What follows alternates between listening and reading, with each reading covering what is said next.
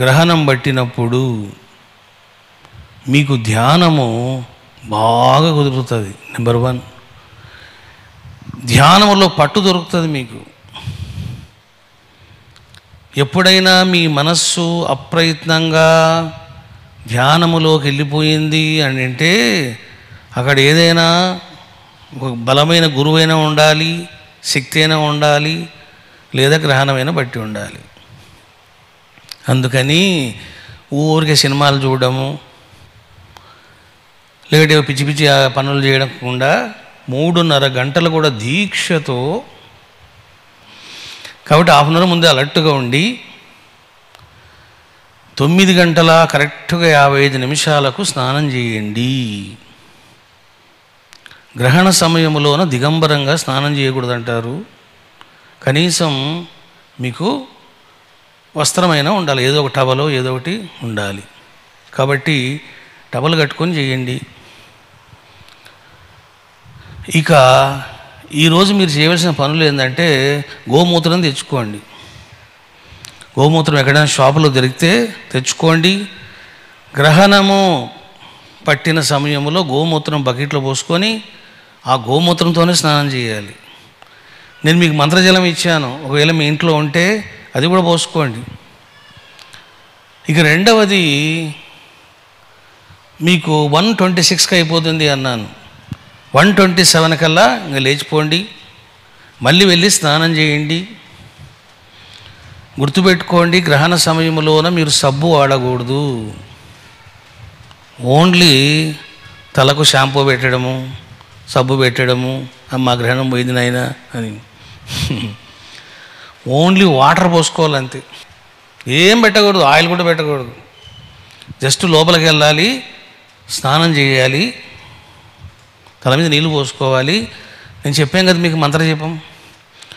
ఓం శ్రీ ఆదిపరాశక్తి పరమశివాభ్యాం నమః పోసి, ఓం పార్వతీ పరమేశ్వరాభ్యాం నమః.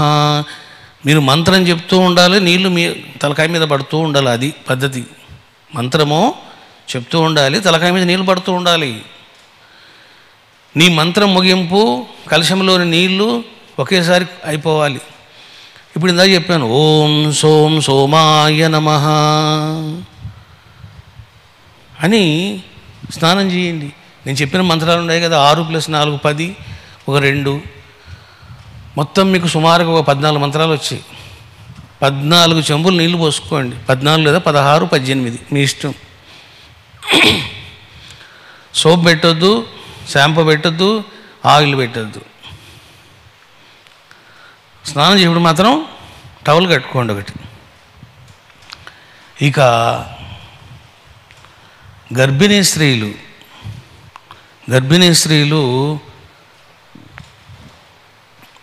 ఎవ్వరు కూడా గ్రహణము చూడకపోవడమే మంచిది నన్ను అడిగితే. ఎందుకంటే చెప్పాను కదా, లింకులు ఉంటాయి. నేను చెప్పిన 5 రాసుల వాళ్ళు, కుంభరాశి, సింహరాశి, తులారాశి, తర్వాత మీనరాశి, కర్కాటక రాశి వాళ్ళు చంద్రుణ్ణి చూడకూడదు. మరి మిగతా వాళ్ళు చూడొచ్చా స్వామి అంటే మీరు కూడా చూడొద్దు. ఎవరు చూడొద్దు, అసలుకు అవసరం లేదు. కాబట్టి ఇంట్లోనే ఉండండి, ఊరికే తిరగకండి, చంద్రుడిని అసలే చూడకండి.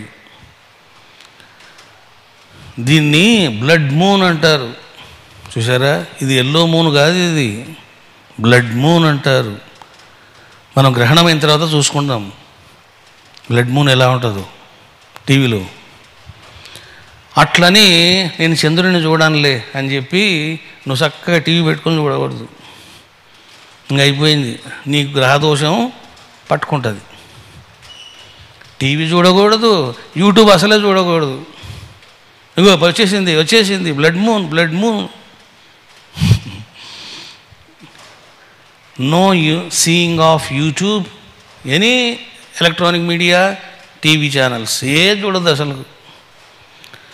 గ్రహణం తర్వాత చూసుకొని ఇష్టం. ఇగో 1:26 అయింది కదా, 1:30 తర్వాత స్నానం చేసి అప్పుడు చూసుకో కావలిస్తే, అంతేగాని సమయంలో చూడమాక. గుర్తుపెట్టుకోండి, ఎప్పుడు కూడా గ్రహణ సమయానికి ఒక హాఫ్ అన్ అవర్ వదిలేయాలి.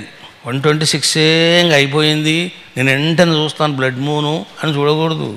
ఒక హాఫ్ అన్ అవర్ వదిలేయండి, లేదా పొద్దున చూడండి.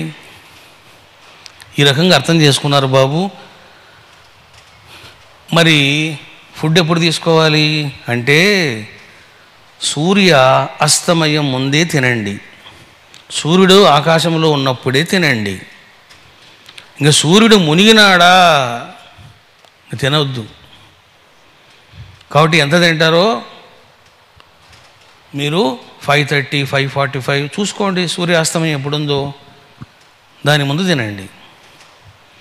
హెల్త్ ఇష్యూస్ ఉన్నవాళ్ళు మాత్రం జ్యూసు, పాలు, నీళ్ళు, ఫలములు తినొచ్చు. ఇంకా ఫలములు తినడం వద్దులేండి, జ్యూస్ తాగండి.